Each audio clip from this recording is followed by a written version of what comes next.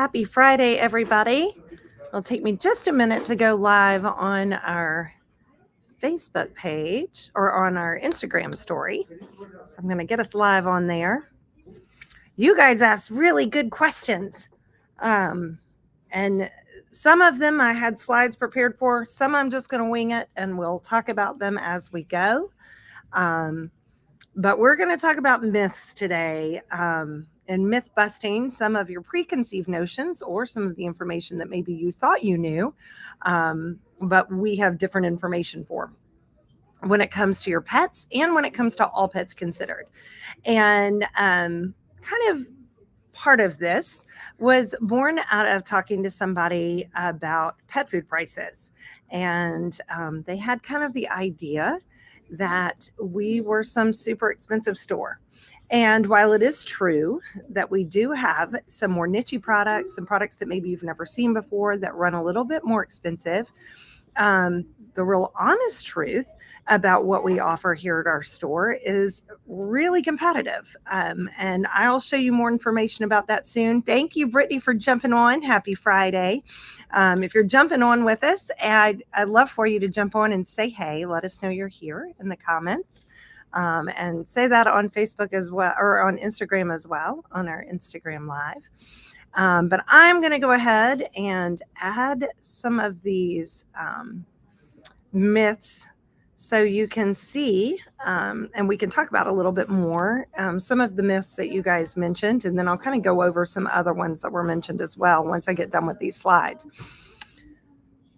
One of the first ones put out there was the first question put out there was about kibble. And if you don't know what kibble is, it is a dry food. So we have both dog kibble and we have cat kibble. I want to tell you that we have some of the best dry food available for your pets on the market in our stores. I am not lying. We have some of the greatest dry pet food you can feed your pets, but it's still dry kibble. And kibble was created out of convenience and to make it easier to feed your pet.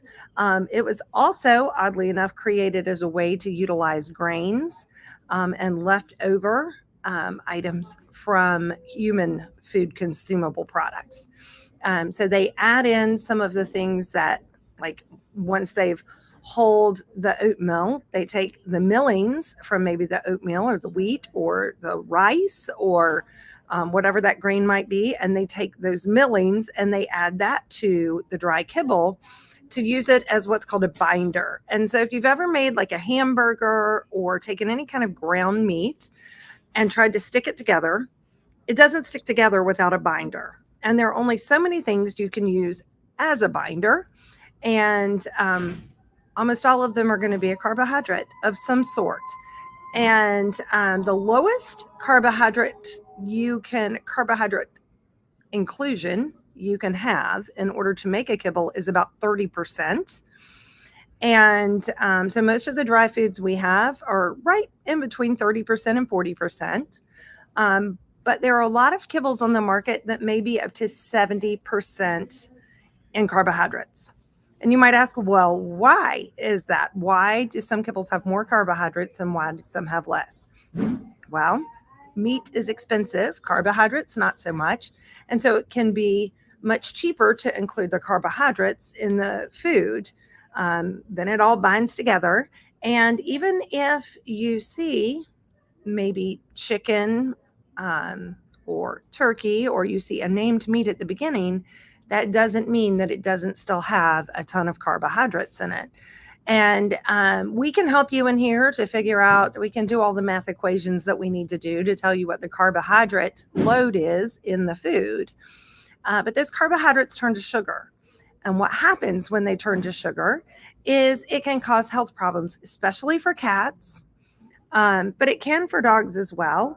And it can also cause weight issues. And it can cause plaque on teeth. And so when you hear people say, oh, well, the crunch from the dry food is what what cleans my dog's teeth, that is an absolute misnomer. It is not going to clean anybody's teeth.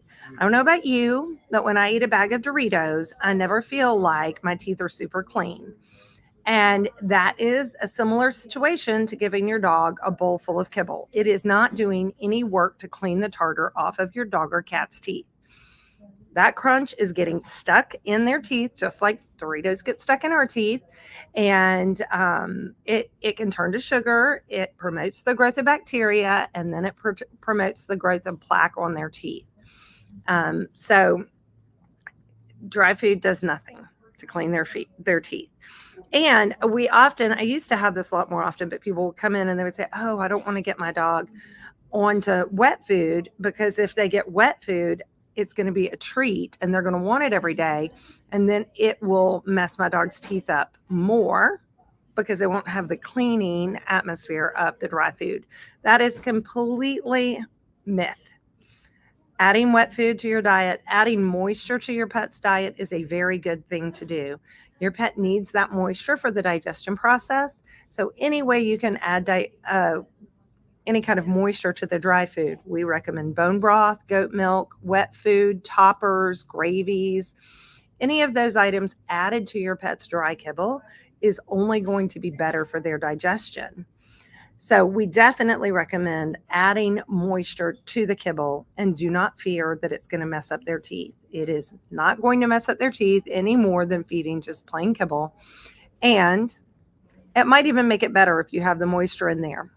So it will definitely improve their digestion, but kibble does not clean teeth. It absolutely does not clean teeth. That is a big old fat myth. Okay. And Mike Justice, I think, asked this question, but he was talking about bacteria and raw food, and will it make your pet sick? It will not make your pet sick. Dogs and cats have more stomach acid and shorter digestive tracts than we do. It is much more difficult for them to uptake bacteria and for bacteria to survive in their digestion process. And I mean, if you think about it, when you have a wolf or a cat in the wild, they're eating animals, especially cats. I mean, how many of you have indoor-outdoor cats who maybe go out and get a mouse or two or three or four or a bird or whatever, raw prey, and eat it? That's the survival mode in them, and their bodies are much more able to handle all of that. Usually the risk for bacteria is from a human consumable space. And I don't mean that we're eating the raw food, but when we're handling their bowls or when we're handling the raw pet food, we certainly want to make sure we would practice any kind of good hygiene that we would practice when we're handling raw meat. So if you are a cook and you cook chicken or beef or what have you, you're not going to touch all of that and then go and lick your fingers. Or maybe you do, but I wouldn't recommend it, because that meat is actually more laden with bacteria than any of the raw pet foods that we carry in our stores. So raw pet foods in our freezers have been through a kill step to diminish the bad bacteria and make it safer for human handling. And so there are a couple of different kill steps. There's a fermentation step. Some of our pet food companies have fermentation.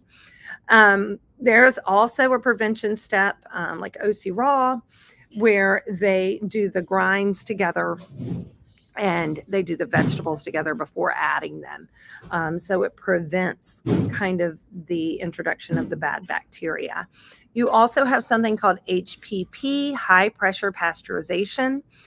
The vast majority of the raw diets that we have in our store have been HPP'd.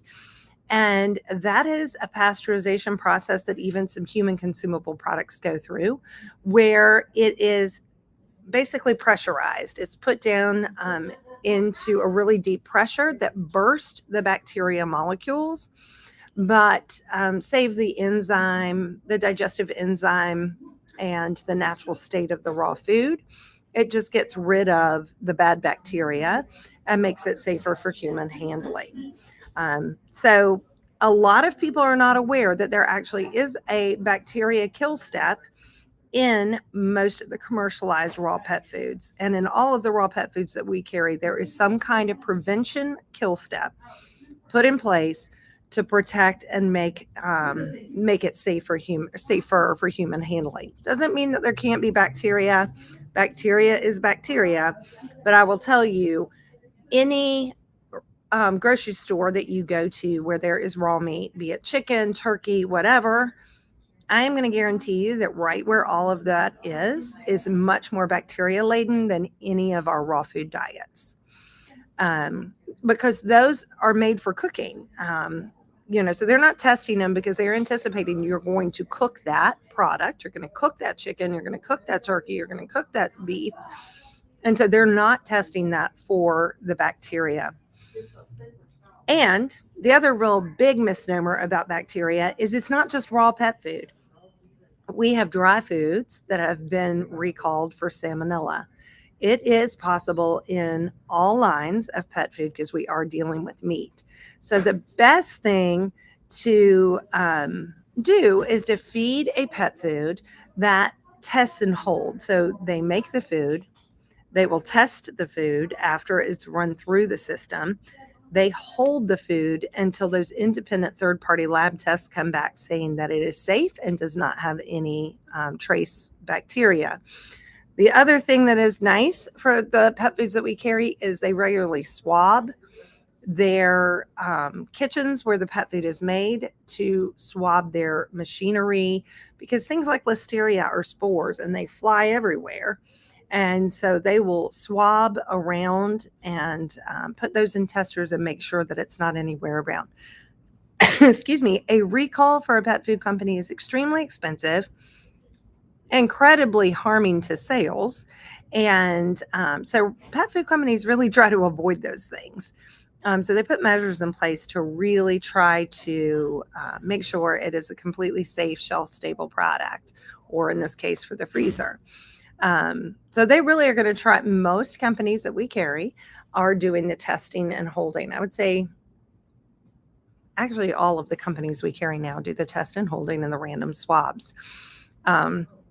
It's really important. That is an expensive step, but it does make sure they keep off of the recall list and make the pet food a lot safer. Okay, this is another common misconception up here. So there is no such thing as an indestructible dog toy. We have customers who come in all the time and tell us about how their pet likes to chew up stuffed toys and they want an indestructible stuffed toy. There is no such thing on the market. Dogs can tear through anything. There are 312 approved AKC, I think, the last time I checked, purebred dogs. And then you have mixes and random blends all throughout those different breeds. There is no way that a toy company can make a toy that can be guaranteed to withstand all of those teeth and still be a plush toy. Plush toys generally have squeakers or noisemakers in them, and dogs are trying to get to those because they're looking at it like prey. It is their stimulation. They're trying to kill the toy. So killing the toy means tearing it up.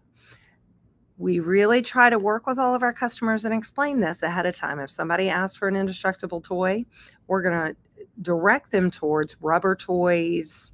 We're going to direct them towards guaranteed rubber toys like Westpaw, so that they can get a free replacement when their dog tears it up. But there's really not many things that we would call indestructible. So know that when you come in here, we understand that your pet may chew through it, but that's your pet's desire to do that. It doesn't mean that the manufacturer has done something wrong. It just means that's the nature of literally the beast. Okay. So this one is controversial. I'm treading in some territory that's a little controversial.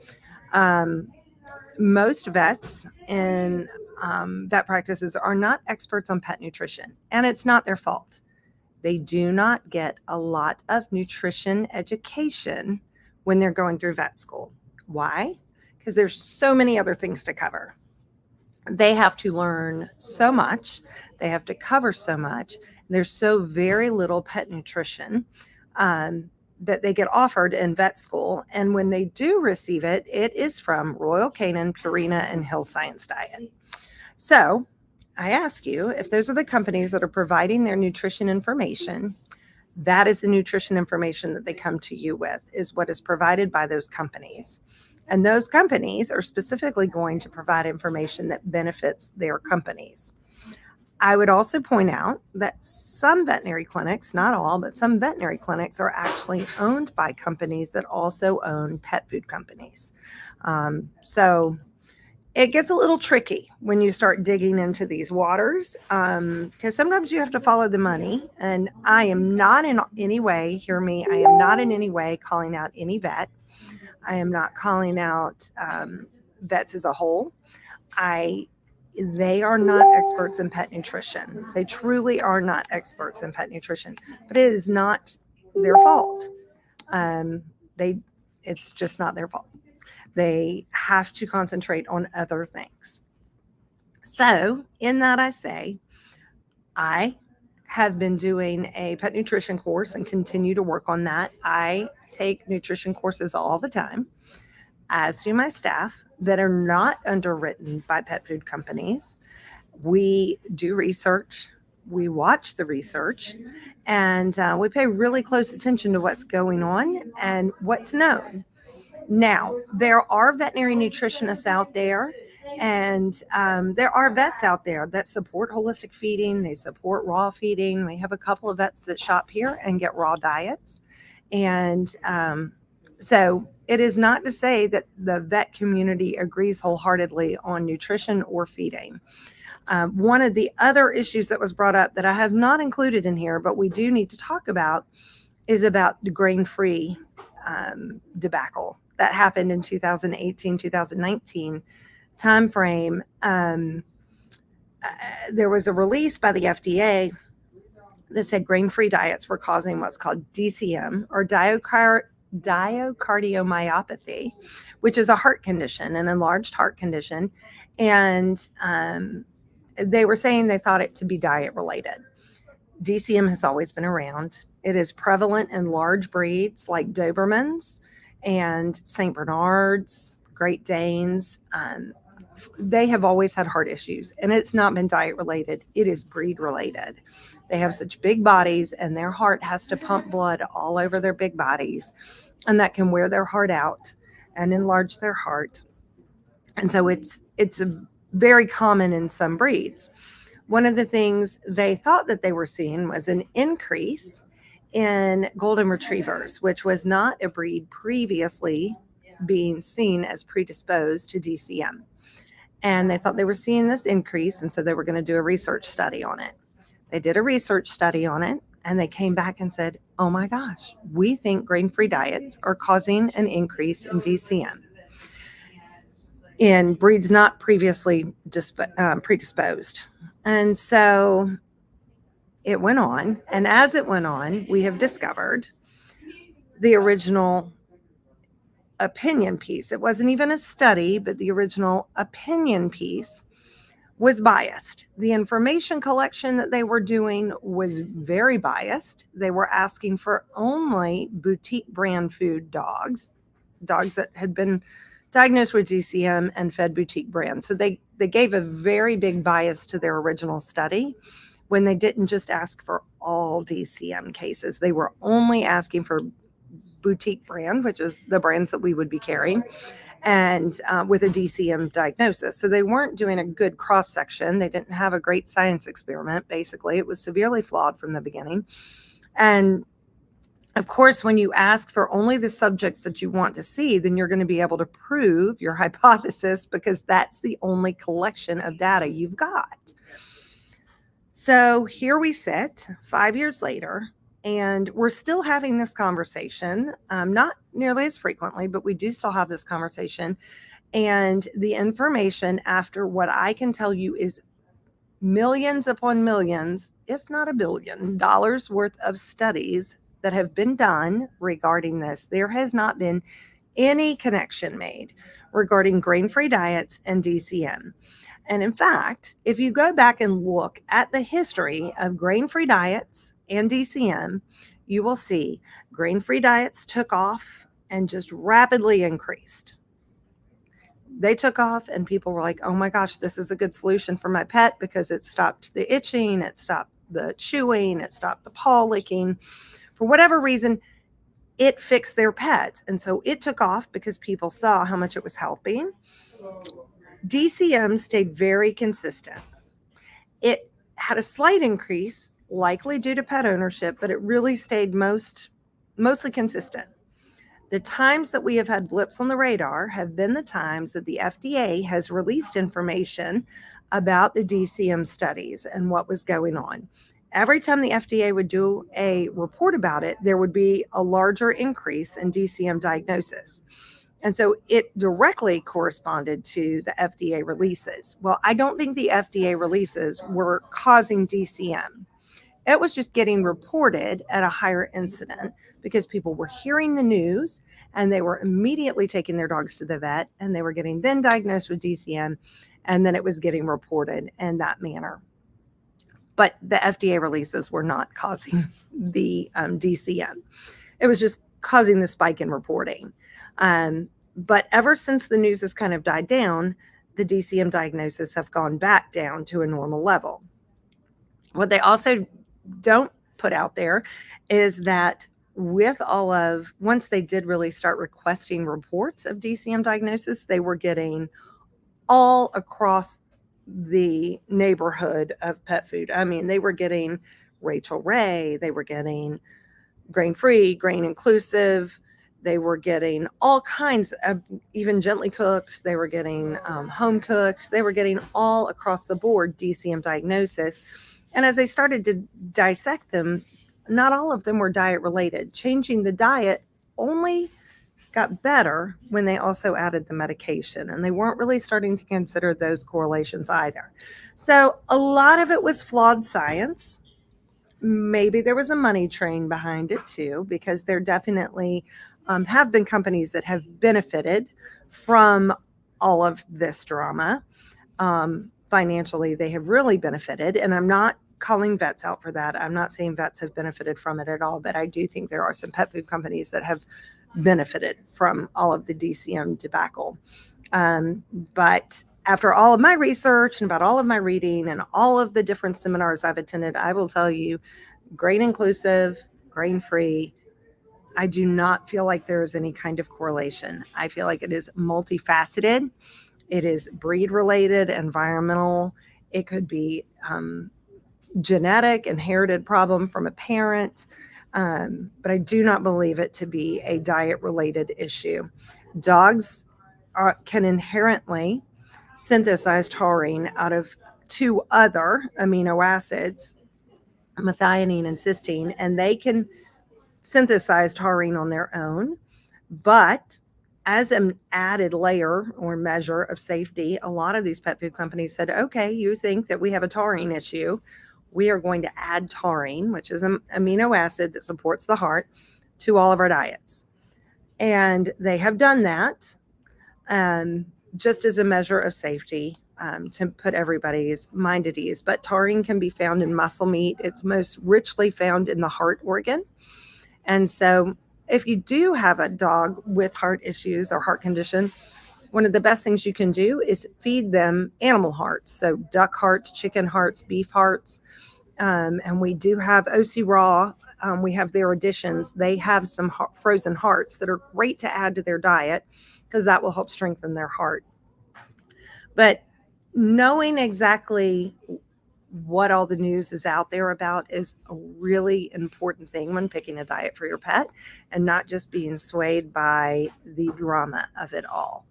Because there are a lot of opinions. There are definitely a lot of opinions, and there's a lot of information out there, but we can certainly show you our data and show you the reports that we have read and share all of that knowledge with you so you can make an informed decision for your pets as well.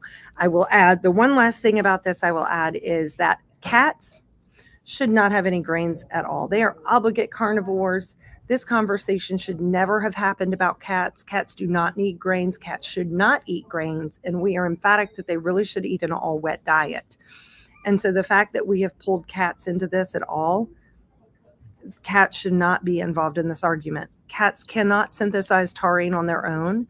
So they really need an organ-rich diet, raw, freeze-dried, or canned, but make sure if you're doing canned that there is taurine added in because cats cannot synthesize taurine on their own. But this most recent conversation about cats needing grains is incredibly false and probably one of the biggest falsehoods out there. And it can lead, cats eating grains can lead to diabetes, and thyroid issues in cats. So I would really, really tell you, if somebody tells you that cats require grains, you need to know they do not know anything about pet nutrition. Pet nutrition is very clear on this. Cats are obligate carnivores. They should not have grains. Okay, next slide. All Pets Considered is more expensive than our competition. I told you guys this is one of the biggest myths I hear. And this is a big slide because I want you guys to see how we are not. And I don't want to say that we are cheaper because we by no means carry cheaper brands. In fact, I would tell you we carry some of the highest end brands that are available. And but we do like to stay very competitive, and we like to pass along to you all of the discounts that we get. And so sometimes I get asked if I will match other stores' coupons. And I say no. And here's the reason why. So this is one of our most popular bags of food. This is from Family Adult Gold, and it's a 30-pound bag. I'm sorry, my slide messed up a little bit the way it lined up. Our everyday price is $54.99. So if you buy 12 of these, you get your 13th free, and that brings down your price. If you figure it over the course, if you multiply $54.99 by 12 and then divide by 13 to include your free bag, that is going to bring the price down to $50.76. If you have a large family of dogs, you can buy 2 of those bags at the same time, and we're going to give you $2.50 off per bag. And that's going to bring the price down even more to $48.26. And then you see what my competition charges. Now, Pet Supermarket and PetSense, I do not believe have a loyalty program like our Astro. My other local competitor does have a program, but you can see the difference in just our everyday price. And so specifically, I got asked the other day, a larger chain coupon, they wanted me to match a 25% off coupon on pet food. And I said, I can't, I'm sorry. That is likely set up as an agreement with the pet food companies. And, we have our days where we have sales too. So I can't afford to do that because I pass along the savings every single day. The vast majority of our pet foods you're going to find are 10 to 15% cheaper than our competition. So if you see that, our local competition, that's our other local competition, is $56.99, and we're at $54.99 starting out. But if you look at Pet Supermarket and PetSense, we are already so much cheaper. And by the end of it, we're over $10 cheaper than PetSense every day. Okay, Brittany is saying Pet Supermarket does. It's internal and just does coupons based on dollars spent. So it's more of like a bonus bucks type internal thing. But as you can see, definitely a difference in pricing every single day when you walk in the doors of All Pets Considered. So this is why I can't afford to match other people's coupons. We will price match if they are, if they, for some reason, are cheaper than us every day. I've yet to find it, but you guys might find it. If they are cheaper than us every single day on something that we can get and we can compete with, by all means, I will match their price. I have yet to see it happen, but it doesn't mean it can't happen. But it has to be their everyday price, not a sale price. So I really wanted to call attention to this because I think people think because we carry nice things and have really cool products, and some products we have are more expensive lines, that we are a store they can't shop with. But the reality is we have pet food that crosses all income brackets. And we try to provide the best food for the price point that you can afford, and we will help you make it better, and give you more information. And I will tell you, and I think Brittany would agree with me here, that as you buy really premium pet food and as you buy really quality pet food, you're going to see an incredible difference in the health of your pet. I just rescued a dachshund in August, and on the inside of his front legs, he had what I would refer to as elephant skin. He was missing all of the fur on the inside of his skin, and he had grown some nodules on the front of his leg from prolonged skin infections.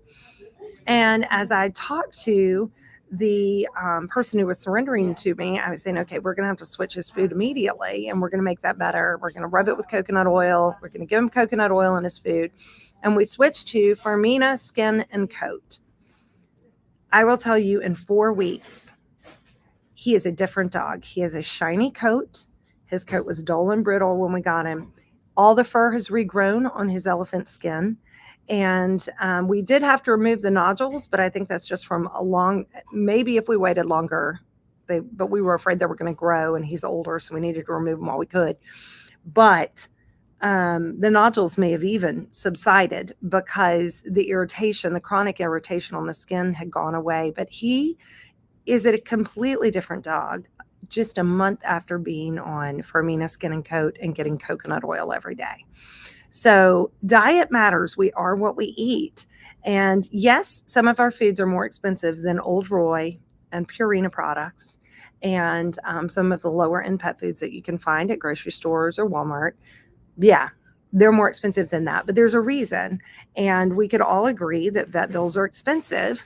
And I don't know about you, but if feeding my pet a food that's just slightly more expensive keeps them healthier and keeps them out of having to go to the vet all the time, I'm going to choose the more expensive food. So we're not having to end up at the vet with bloody diarrhea because we're feeding a food that doesn't have good quality control and doesn't have sourcing from the same protein sourcing all the time. So they're switching up their ingredients because not all chicken's created equal. And if your protein gets switched, if your supplier for your protein gets switched, it's going to change the whole makeup for your food.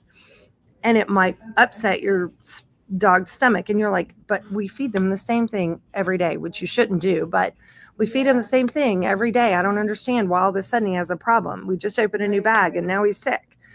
A lot of times it can be because the sourcing got switched and you want something with really consistent sourcing. So doesn't mean that can't happen to a degree with any kibble, but it happens much less frequently with a premium diet. You're going to find a situation where you have a much better skin and coat, much better health overall. And then if you really want to climb the chain, we have things like freeze-dried and air-dried, and then you get into gently cooked and raw. You're just climbing the ladder of quality for your pet's health. And you don't have to go wholly hog. We've talked about this. You do not have to go wholly hog on frozen raw or frozen gently cooked. You can use those as toppers for the kibble you're already feeding to help cut some expense if you need to. Okay, a couple of other questions you guys put up there for myths for me to bust. Garlic.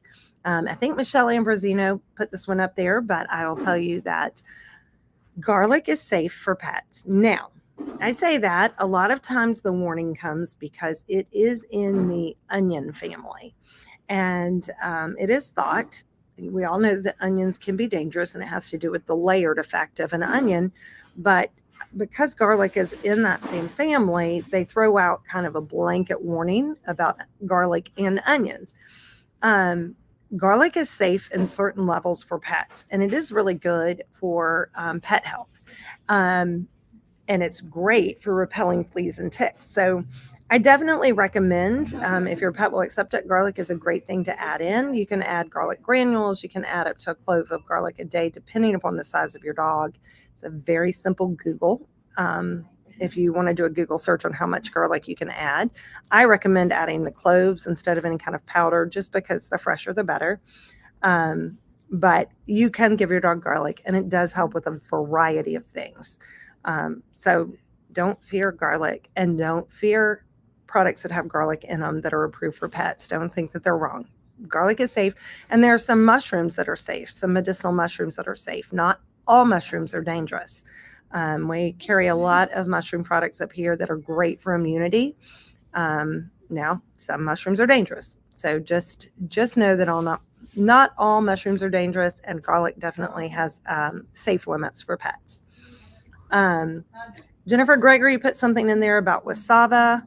I am going to, let's see. I'm not sure if it's going to let me. Thank you. Okay, hang on just a second. Let's see if it'll let me get there. Hang on just a second. Okay, so this is wasava. And what WASAVA is the World Small Animal Veterinary Association. And they put into place a lot of different committees to oversee and kind of mainstream some health issues for pets and to address some different committees. They have a nutritional committee, they have a welfare committee, they have lobbyists for the government. They have continuing education committee, a financial advisory committee, a dental committee. They have all different kinds of committees. And it's basically a veterinary organization. Now, there are some underwriters for this committee or for this organization. And you might have guessed that some of the major players like Purina, Royal Canin, and Hills are involved financially with this organization. They do kind of bankroll some of this. So they've put in this WASAVA guideline for selecting pet food, and they used to really say, they used to come down a little bit more harshly on it. They're not quite, they've eased up some of their requirements now. And you'll hear some vets say, only feed dogs that, dog or pet food that are within the WASAVA guidelines. These are the WASAVA guidelines. What they're not understanding is that actually some of our foods, the vast majority of our foods, were developed by a PhD animal nutritionist. Many of our foods have veterinarians on staff or that they work with or partner with. Many of our foods do have PhD animal nutritionists on staff. Some partner with PhDs in animal nutrition. It just depends on the company and how large they are, because those kind of professions are expensive to keep on staff.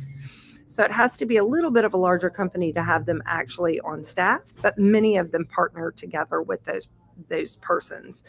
And so all of these things I can tell you, most pet foods these days fall somewhere in the approval process.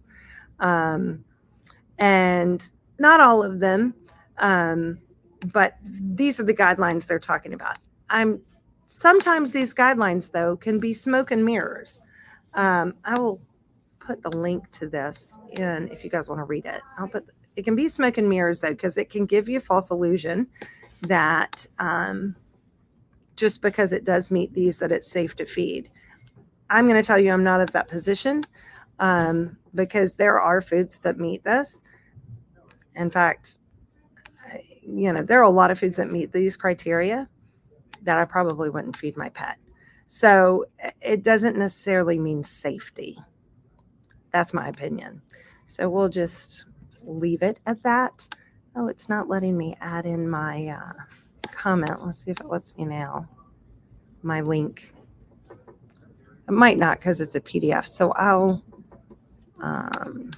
take you here so you can find the PDF on this page. But that's my opinion on WASAVA approved foods. I don't think WASAVA,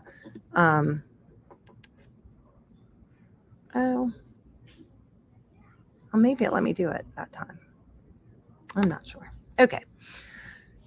So at any rate, that's my conversation about WASAVA. I don't believe it's an indicator of the nutritional standards that we prefer to see in the pet foods that we carry. Certainly some of them do matter to us, but I wouldn't say you can go check mark all of those and go, okay, this is a safe food. I think you need to actually go further.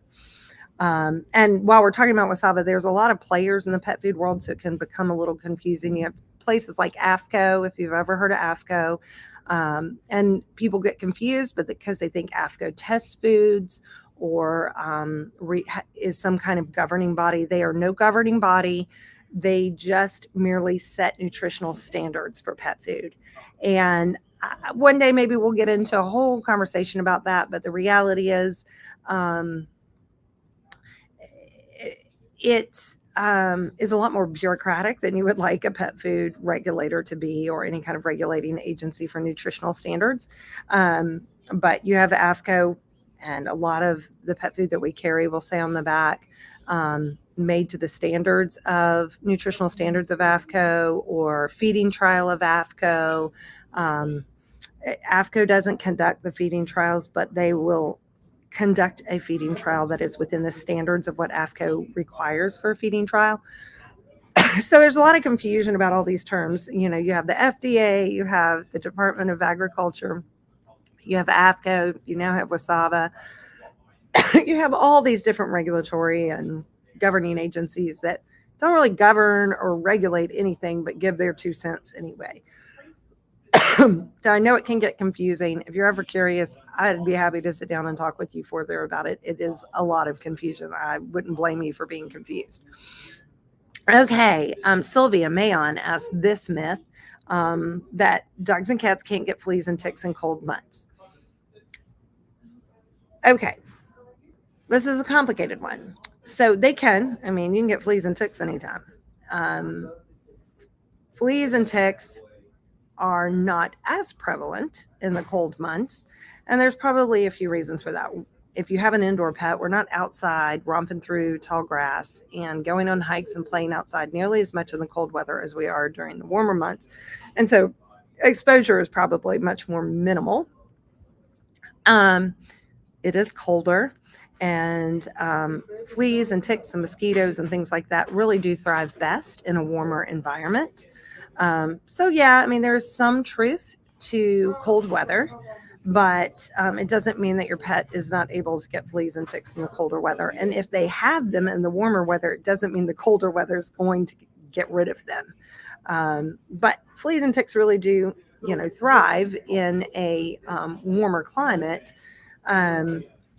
But the flip side of that, I would tell you, is any kind of chemical prevention that you're adding, be it by pill or by top spot or Seresto collar, those have significant side effects and impact on your pet's health as well. So definitely do your research or come in and talk with us. We have a lot of natural products that you can use and apply to keep your pet free from these kind of pests. You do have to use natural products more frequently than you have to use a chemical product, but we all know what pesticides can do, and we all know the impact they have on the body and on the environment. And so we would encourage you to do research. We ceased carrying pesticide-based prevention. We will special order it for you if you request, but we did not want to order it anymore because we were a little concerned about the side effects we were starting to see, especially from the Seresto collars.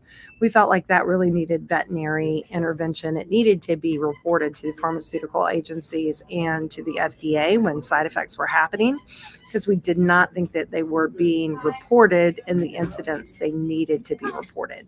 We needed to kind of be letting these companies know about all of the different side effects. With Seresto collars specifically, we were getting a lot of neck irritation, all the fur around the neck falling off, red hives. We were getting a lot of issues with that. So you have to know these have pesticides in them, and pesticides can be needed, but they also should be honored, what they are and the impact that they have on your pet's health.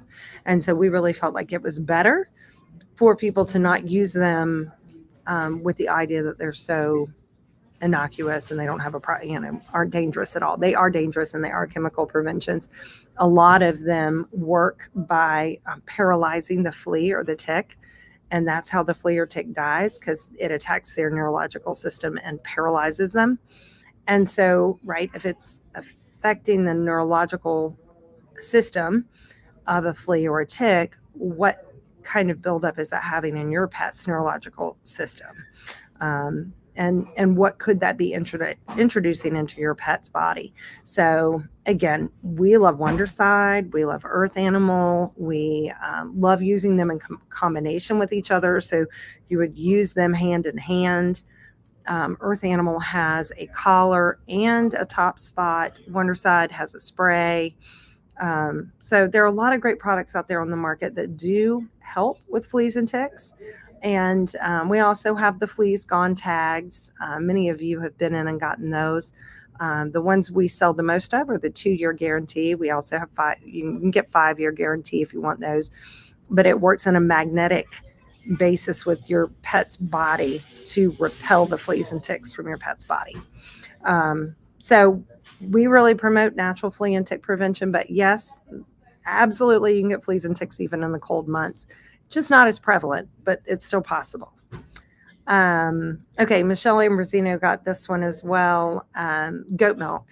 She said something. Oh, yeah. Julianne just said she loves the whole internal and external product line by Earth Animal. They also have an internal powder, and that also helps to repel fleas and ticks from your pet just by giving them products that really help to promote kind of more safety layers. The pests don't want to be on the pet's body. So, yes, Julian, you're exactly right. We love those products too. Michelle Ambrosino was saying something about goat milk being just a novelty milkshake and that it's not really good for any nutrition. Oh, so false, so false. And a few of you out there have done this.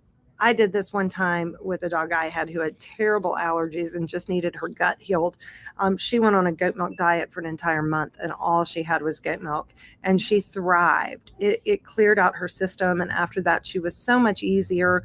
Found a pet food that agreed with her.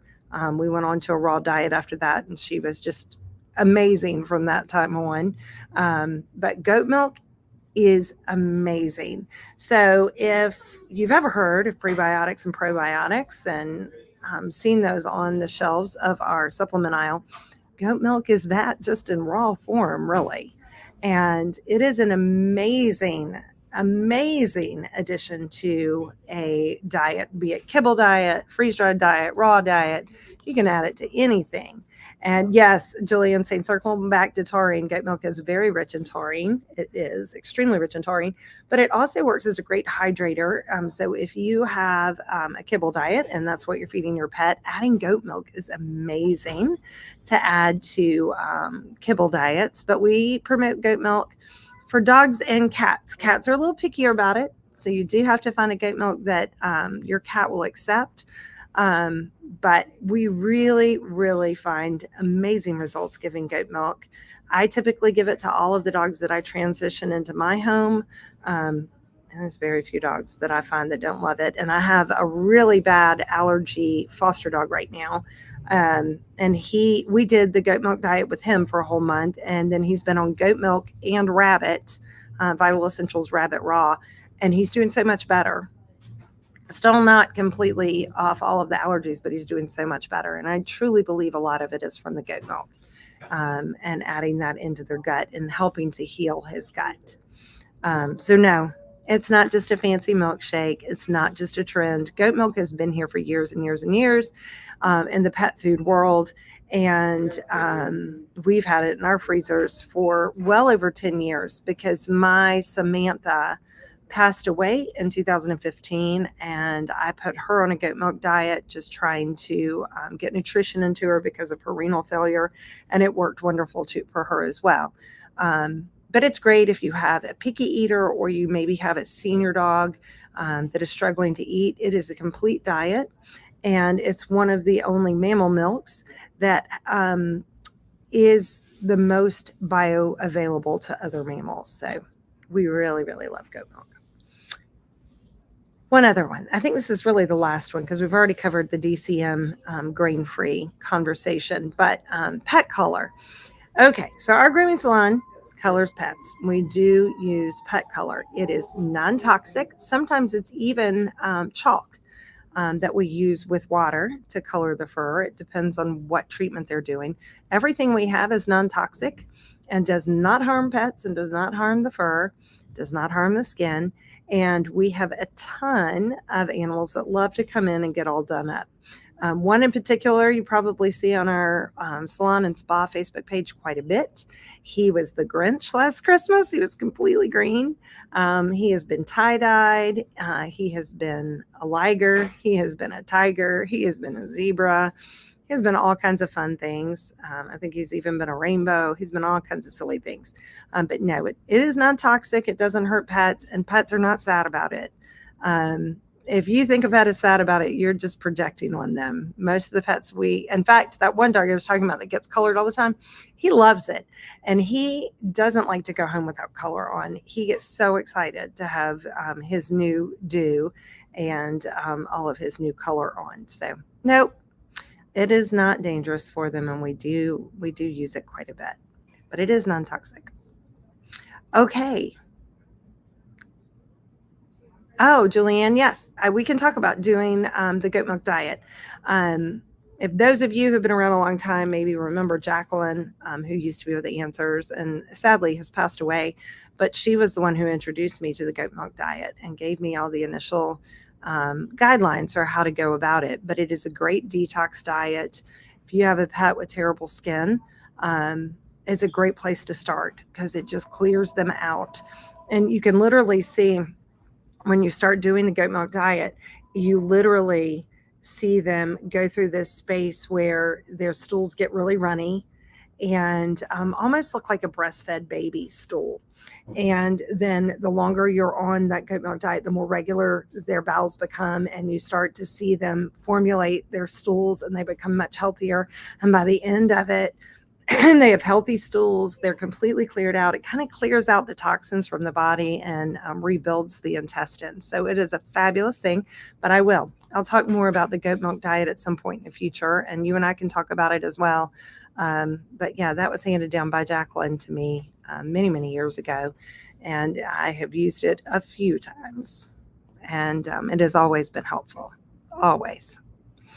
Well, I assume there are no more myths out there, but you're always welcome to post to us and tell us if you have myths that you want answered. We're here for that. We're here to answer it. And if we can't answer it, we're here to look for the answer for you. We will find somebody that knows the answer. We have those kind of resources. But you guys asked some great questions today and hopefully got some answers that you've always wanted. But the truth is there's a lot of myths out there.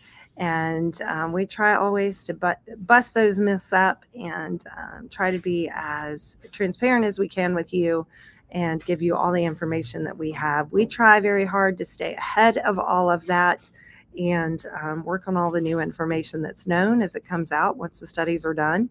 Studies do continue to come out on DCM and still nada. I will tell you guys, there is one really cool website. Let me see if I can find it really quick for you. Okay, let me share this with you guys really quick because this is one of my favorite websites. Okay, so this is BSM Partners. Let me add them.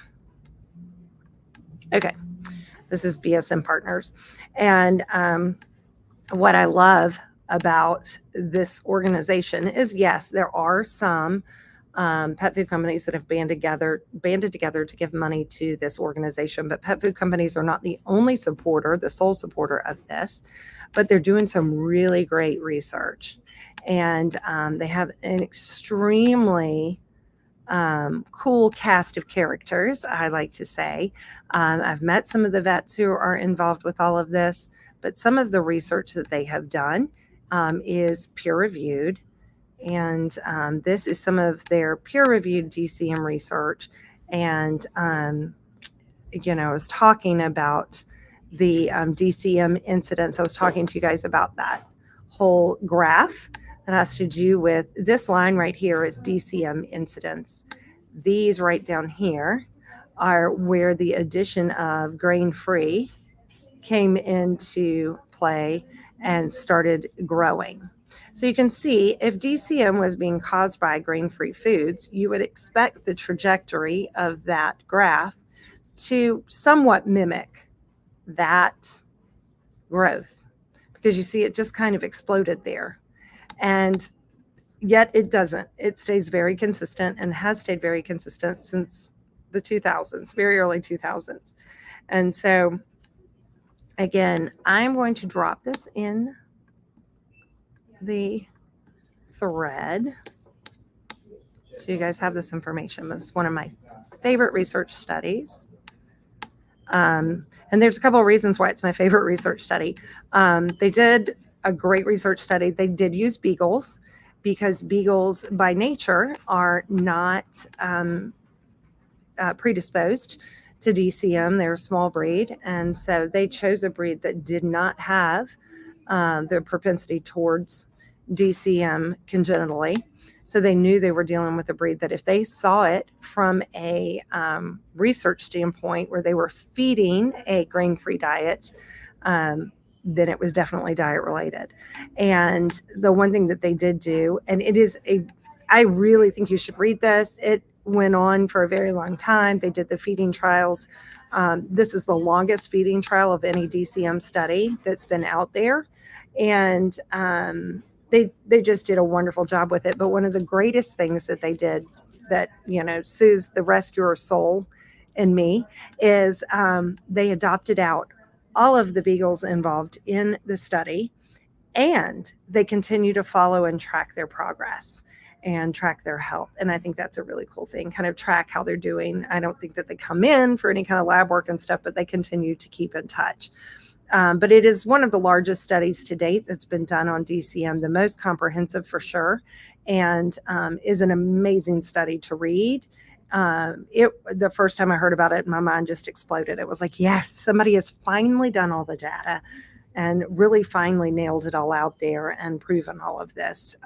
Yep, we're still talking about it. But their research is very clear. And they didn't just go and bias their study. They literally created diets very, very high in pulse and legumes. And then they also created very high grain inclusive diets and fed these beagles those diets. And there was no increased heart issue. There was no decreased taurine, blood taurine levels. There was literally no health issues from the diets, and the diets that they created. When I'm telling you, they're like 70% pulse and legume ingredients and 70% grain ingredients. So they literally took what isn't even marketable because it doesn't have enough meat in it and fed it to these beagles, and there still were not heart issues. So I think this says a lot, but I really encourage you to read about it. It is an amazing study. So hopefully one day soon we can put the DCM debacle to bed. I don't know, maybe one day we will have spent enough money continuing to prove it, that it's not connected, but I don't know. That day's not here, unfortunately. So we continue to have this conversation. But I appreciate you guys joining me. And I always want to encourage you to ask the questions, ask us the questions. And if my staff can't answer, they're going to always come and ask me, and I will find the answer for you. I can guarantee you that. I really appreciate you joining us. Brittany, it was great to hear you. Julianne, it was good to hear from you. And if you watched this and found it helpful, we would love for you to leave a comment and let us know. And no, you can always hop over on our YouTube channel if you want to watch some of our other Facebook Lives. We try to do a Facebook Live every Friday. And they're maybe not always this comprehensive because you guys had a lot of good questions this time. But know that we always have them. And we always love to discuss topics that are interesting or meaningful to you. So if you always have a topic, you just let me know. So Brittany, we miss you. We miss seeing your face, and we certainly miss your sweet boy. We hate that you moved away, but Charlotte is luckier to have you. So we hope you guys have a great weekend. Tonight we're going to be at First Friday downtown at Hidden Gate, and I'm trying to think if we have anything tomorrow. I can't think of anything, but you can, of course, always go to our event tab and follow along. We have some really exciting, fun things. Oh, and we do have trivia coming up, and that's going to be held at Terminal Tap. It's completely free. We're going to be giving away the West Paw, My Dog's Best Friend game, and we're excited about doing this trivia game. Completely free. Just come, enjoy a night on us. Of course, not only is it free, but you never leave empty handed. We'll have some goodie bags for you and, of course, some special treats. And you can sign up a whole team to participate, or you can come as an individual. But the trivia questions are going to be fun, and the prizes, of course, will be cool. And we'll have a gift card to the store that will also go along with the winnings. And, of course, some runner-up prizes, because we don't like people to leave empty handed. We don't like that. But we're going to enjoy a fun night at Terminal Tap. If you've never been to Terminal Tap, it's over on Lawndale Avenue, right across from the Target. And we're really looking forward to doing that. That'll be our first event at Terminal Tap. Yes, definitely come back and see us, Brittany. We hope to see you. Hope to see you soon, and Ace as well. We miss you at our workshops. So keep your thumb on our event page. We have lots of fun events coming up for our fourth quarter, and our annual gingerbread doghouse competition is going to be game on in December, and we're super excited to bring that back. So keep a watch on our social media for the dates for all of those things. Thanks, guys. Have an awesome weekend.